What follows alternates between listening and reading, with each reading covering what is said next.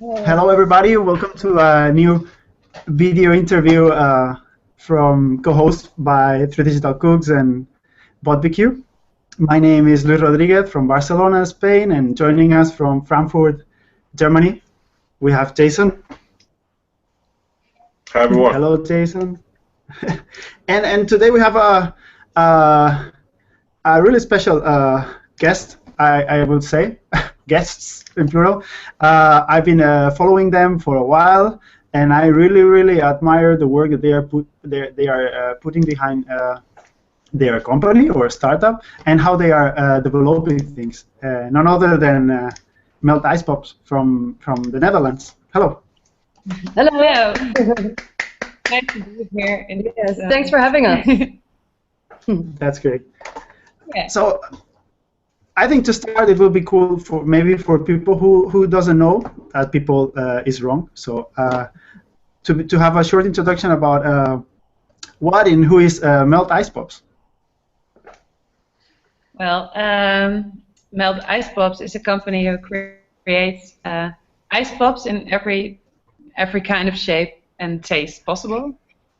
And like we can create heads, like this one, for example. Now you can see. Yeah, we can basically produce any kind of ice pop in any kind of shape you can imagine. And we started about 2.5 years ago, and with the vision that we thought that mass products are always the same, and food could really be a more interesting experience. So we thought, the ice pops have been staying for years, and it's time to reinvent them. And yeah, so that's kind of how we naively started, thinking it'd be very easy to make ice pops in different shapes and flavors. It turned out to be a bit more difficult, but a lot more difficult actually. Yeah, but we now have our own. We developed our own production process. Yeah. So we can produce like small, but also very large amounts of custom ice pops. Yeah, using 3D printing, very important part. Yeah. Yeah. Without 3D printing, we couldn't do it. Yeah, true. And we are the founders, but we are with a team of I think about 8 people. Yeah. We can show you around a little bit. I don't know if the angle is very right, but our office. Oh, that's cool. There's Heidi. It's a quiet day today. Yeah, it's very quiet. There's our 3D printer. Don't know if you can see it. Nice, good choice. Yes. Yeah. Here we are again. So there's more than a boring background. White here. background, yeah. So That's cool. We always were trying appreciate to make. Go ahead, Louis. No, go ahead. Go ahead. I really enjoy it when people share their space with us, because we're not as fortunate as everybody to have this really awesome workshop and workspace and stuff. We're just working out of our small little corners and stuff, but maybe one day we're working on it. But then we needed big freezers, and then we had more people that fit it in our tiny little office space we had before, so we had to. So there's even more behind the doors. There's our magic machine and big freezer cells behind the wall, which is well. So this is only half of what there is. That's awesome. So I want to start off with a quick. I guess. Go ahead, Lou. Sorry. So what is your background? I'm curious about. Obviously, I understand that you wanted to change the way people experience ice pops, but in order to get there, what things you knew and. Well, I think we've been friends for many years, and I think a similarity in our friendship was that we always thought that things could be different, our design could be different, and shapes could be different. Yeah, everything be more fun. And I have a fashion background, so I studied arts in fashion. Yeah. I started out graphic design, and then I did some product development, but I ended in sociology. So I think we had this idea, but we basically had no clue about what it was going to entail to do this. We had no food background or food production, not really a technical background. So we basically had to learn everything ourselves, which was pretty fun, and we were experts in the most weird fields you can imagine. So, but we had to learn it all along the way. Yeah, for sure. So are both of you? I guess you both have a background in design, fashion, and graphic design. So are you guys both modelers as well? You are both 3D designers also then, I guess. Well, now we can a little bit. Now we can. Yeah. We couldn't before. No, now we're using SolidWorks to make the shapes, and we're also looking at different programs. But yeah, no, we usually have that either Heidi or Arlene makes the drawings, so they would look something like this. No. You can see all the different layers and like notes taken for different designs. This is Typhoon. It's an artist, artist. And then I create the 3D models, which you print. Yeah. That's awesome. That's an interesting process, I guess. Yeah, it's the layers that make it work. Yeah, and we also found out that, I mean, we started building the Icepops in this way because we didn't have any knowledge about making like really organic shapes in 3D programs. But then we found out that making it really illustrative and using hard lines really works in ice because you get this frosting. And it's also kind of for handwriting. Yeah. Yeah. We can design it like that. So yeah, it works out well. It works out well, yeah. Working with things you can't do can sometimes really help out. Yeah. Yeah, I find all the Icepops are really it's really beautiful that you guys are creating. Thanks. I think they're all really, they really are, you don't have a tough time depicting what it's supposed to be. And I think you guys good to hear. Yeah. Great. How has it been? I'm really interested in like, as I say, I've been watching all your videos, all your pictures, everything, and I think it's really interesting the way you have been growing, especially for something that it's, as you said, no, it's not made. Icepops are not made to be this way, no. Like if you want to do a lot of them, maybe I don't know, you have a mold and you do them really fast. But how has been the process in order to look for your own production way, in order to get these small production runs that are customized and that you can actually play and make them fun, no? That is what actually I think it's about. Yeah, definitely. It was really hard though to scale the process in the beginning, but now we recently moved to a new location and we have a new production method with a big custom made machine and stuff. So, but it took a very long time to figure it out, and it's still not finished. The whole process. About 2 years. It took about 2 years, and it's still not there. It's just like the production we do is almost every way is different than regular Icepop production. So, yeah. Produce some interesting challenges, I can say. So right now, at this point, for example, just to get an idea, I think you just say that the team is made out of 8 persons. So what would be your limit production, or I don't know, I'm just curious, like you have grown, so how much, or until where can you reach right now with? Well, we think it's quite limitless now. Yeah, it's pretty limitless. We can Very upscale quite easy, and now we can already produce, I think, about 4 to 5 million a year if we want to. And yeah, we can easily like do the same thing, and so we can produce like 8 or 10, or I don't know, like make Icepops for every person in the world, I guess. Yeah. That's the attitude. to tackle that. Yeah. We still want to do custom shapes, but then in large productions or in small productions that it could still be possible, doable, and not be too expensive. Or I think we managed to tackle that part. So that's very nice.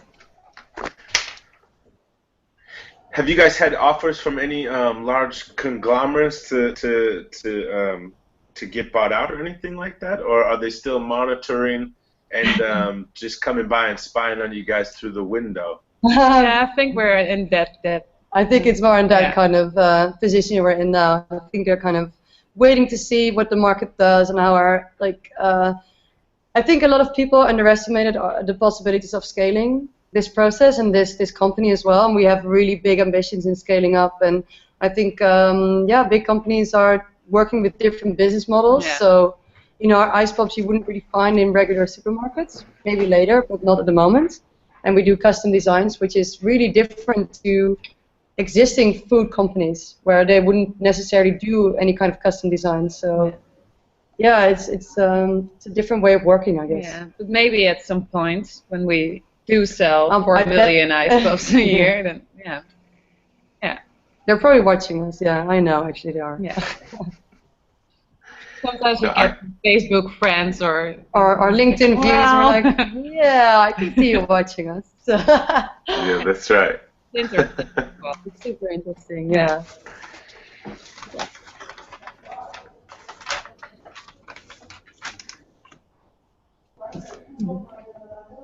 How has it been the process of trying to build a 3D ice pop printer? I don't know how to call it. Like after the the crowdfunding campaign and everything. Yeah, geez, that turned out to be really tough. Like, Still is. yeah, we made one prototype and then, yeah, it didn't really work in the sense that it didn't produce like nice looking ice pops, and yeah, it just lacked like a technical, like the right technical base. I think the people we worked with to in the start, I think they kind of underestimated the difficulty in working with ice. But we now have like a different idea of. We start out with like a multiple axis machine, like a kind of regular how CNC machines work. But now we're thinking, you know, let's aim higher and do like a robot arm who would carve out the shape. Yeah. And so we're still in development phase, and we're trying to take it to another level, because the first one we tried just didn't really work, unfortunately.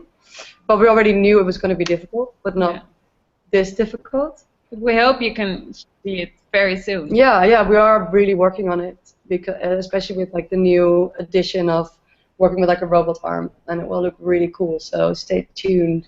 It will be there. It will. Take time. Good.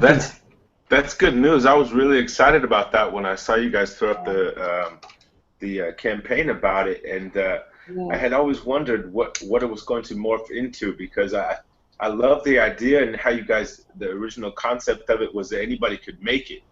Yeah. And okay, maybe a robotic arm might be out of reach for some, but it still doesn't seem that you guys are reaching out to, you know, you're going to have a jet engine to run it or anything like that. Are you still having it in mind where people will be able to utilize the technology on their own as well? Yeah, or you know, I think I mean, you know, we're not really developing it for people to have it in their own homes, but it would be like super interesting to have it in a place where you have a 3D scanner and you can scan your face, and then we can like a photo booth for ice pops. Yeah, it's like a photo booth for ice pops. Yeah, so it would be a really nice experience. But yeah, with the first prototype, we noticed that it would take quite a long time for it to carve it out nicely and stuff. So we're looking into ways of really drilling in and making it look as good as the ice pops. We make it a different way. So quality is the challenge, but it will. Yeah, I'm sure it will work out. Yeah. I can definitely see one in some boutique ice cream shops I know about here in Germany. Yep. I mean, that's a really like cool museum idea. shops, or you know, we can even have like an ice cream van that's filled with those things. Yeah. And enough ideas. Yeah. Big dreams. I'm really curious about. You said that one of the differences from other ice pop companies is that you actually offer customized designs. Yeah. How do you work with the design process in terms of like there is different things that you can work, like the flavors, the design, even I guess depending on the type of ice pop, maybe you can even tweak the technology, maybe to have different flavors or weirder shapes. I don't know. How do you work and decide about or find the balance in between those different aspects of the ice pop?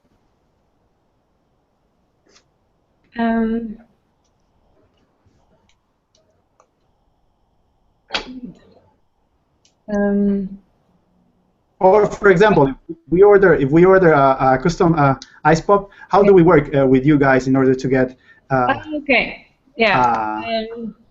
And would talk about what kind of shape you have in mind and what we think would fit best for an ice pop, and then we would design some shapes and then just talk about it, which would be best, and then we start the whole process of designing it and finding out which flavors we would like it to be, and yeah, I think that's the process how it would work. So you work in both sides in the design and the flavor as well, right? Yeah. Every piece of the puzzle we it needs to be good. Yeah, and also with flavors. I mean, we use purely natural flavors, and but we also try to incorporate like kind of sometimes like crazy flavors or exciting flavors. Like we don't think that reinventing the ice pop stops with just designing a nice shape. No. I mean, we want people to taste our ice pops and like love them because they taste really good as well. So yeah, we have like flavors with like rose or like a straight lemon, or we actually work with Pinky Rose, which is like a startup from Rotterdam, the Netherlands, and they make fresh syrups, and they also make like sea salt and caramel, or I don't even know, like ginger ice pops or whatever you can imagine. We try and make. Yeah, we once did one with chili peppers, a hot ice pop, and we did a glow in the dark one, and we're working on some things with alcohol. So yeah. With an alcohol ice pop, that must be a tricky one then, huh? Yeah, but it's doable. It's doable. There are tricks. There are tricks. Yeah, to keep it frozen. Yeah. I know beer freezes pretty well. Yeah, we're just searching tricks all the time. So I guess, do you guys spend a lot of time with experimentation other than just fulfilling orders and working with customers? Do you guys also strive to just, I'm sure in the beginning you were focused a lot on just going crazy experimenting. Do you still find yourself playing, I guess, and trying to figure things out, or at this point, are you scaling and going after sales in the more business-wise then? No, there's still a lot developing, so we're still developing and finding a lot of things out. But on the other hand, doing the production. So, but I think still is a lot of our time is developing and investigating. Yeah. Research and development, a lot of it, all the time, for sure. We kind of wish that the research and development would kind of finish at some point, but I mean, I think we'll always be reinventing ourselves and finding new process we need to improve on and stuff. So yeah, it will always be a main factor in our company, I guess. Yeah. No, I'm sure of it. I think that every food/technology company these days always has to keep that in mind, where it's just development is going to be a continuing process as the technology is always advancing, and you got to stay on top of it as well. And especially if you're looking to scale, it's not going to be that easy if you just sit back and don't focus on one of the other ones. Yeah. Yeah, totally agree. Yeah. Go ahead, Lewis. Yeah. What about collaboration? How do you approach that? Maybe in the food side, or the design, or even the tech side?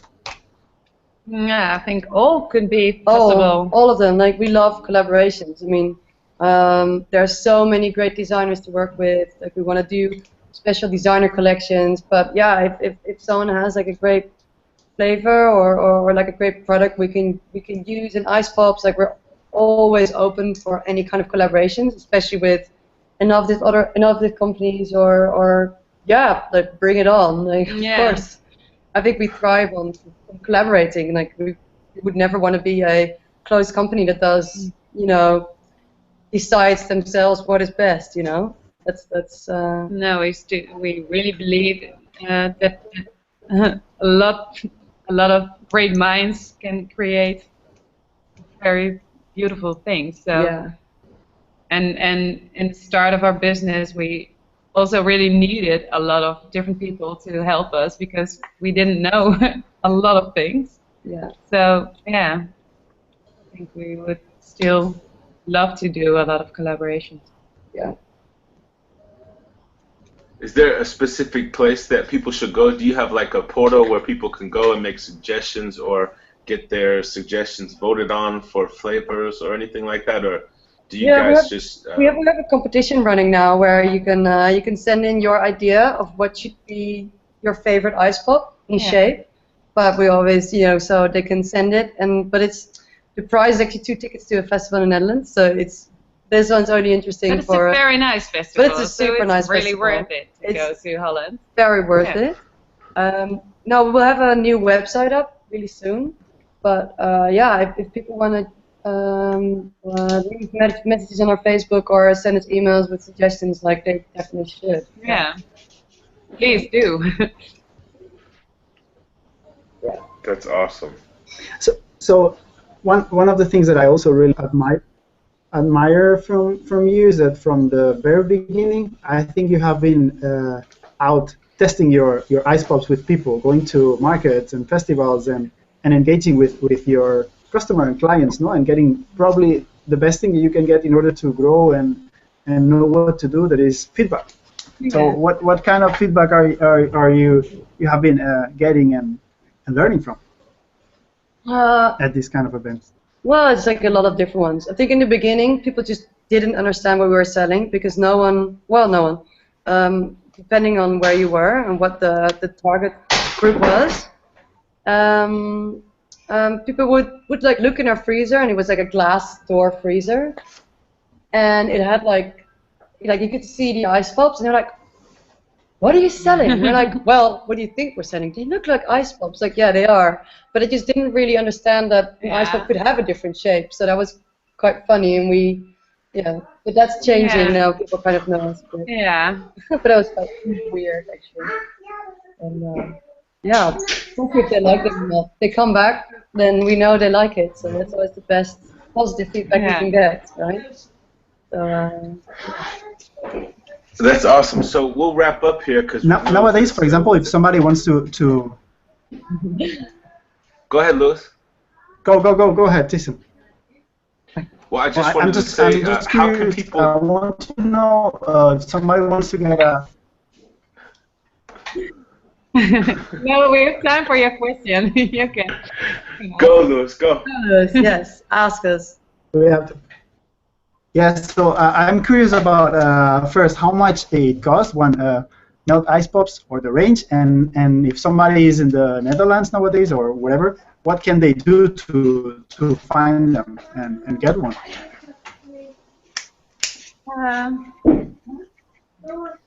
Icepops sell for €2.50 each, and consumer price, and of course, if we have buyers, there are different pricing.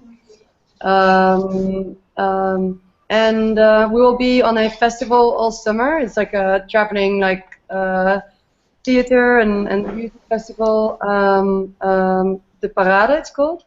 But we'll also be we're really working towards on beaches. We will have a few places we'll be selling probably, and some cafes. And we want to work with a city collection. So. We'll be looking to sell them on touristic places, so you'll be able to find them there. We hope you can find us everywhere very soon in Holland. Yeah. So just keep our Facebook in mind, and then people will see where you can I find would us. love to sell in Barcelona and in Germany as well. So if you have any places, then that sounds great. Here, we'll mark me down for that. Barcelona. Yeah. So. No, that's a great idea. In fact, my question was, how do we get some Melt Icepops to Frankfurt and Barcelona?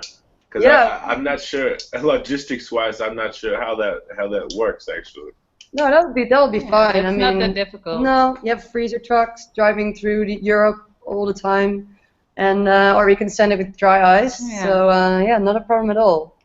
Okay, good. Yeah. So we'll probably be reaching out to you guys because we've got a special project coming up in mind with a lot of tasting and being involved of all kinds of different stuff, and we'd love to have you guys be a part of it. Great, let us know. Yeah. Cool. Anything else, Louis? I'm okay. I feel sorry because I know they have a tight schedule, so I'm already happy just to meet them and Great. and get to know more about. Yeah, it's really nice to meet you guys too. It's really cool. It's so nice that you're such a big fan. Yeah, we like fans. Yeah. I'm your biggest fan from Spain, that's for sure. Yay. We're gonna have to the channel.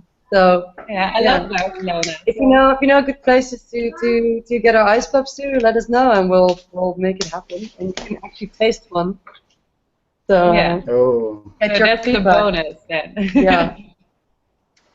And if you're ever in Holland, then please visit us. Of course. In Amsterdam. Visit our Willy Wonka factory.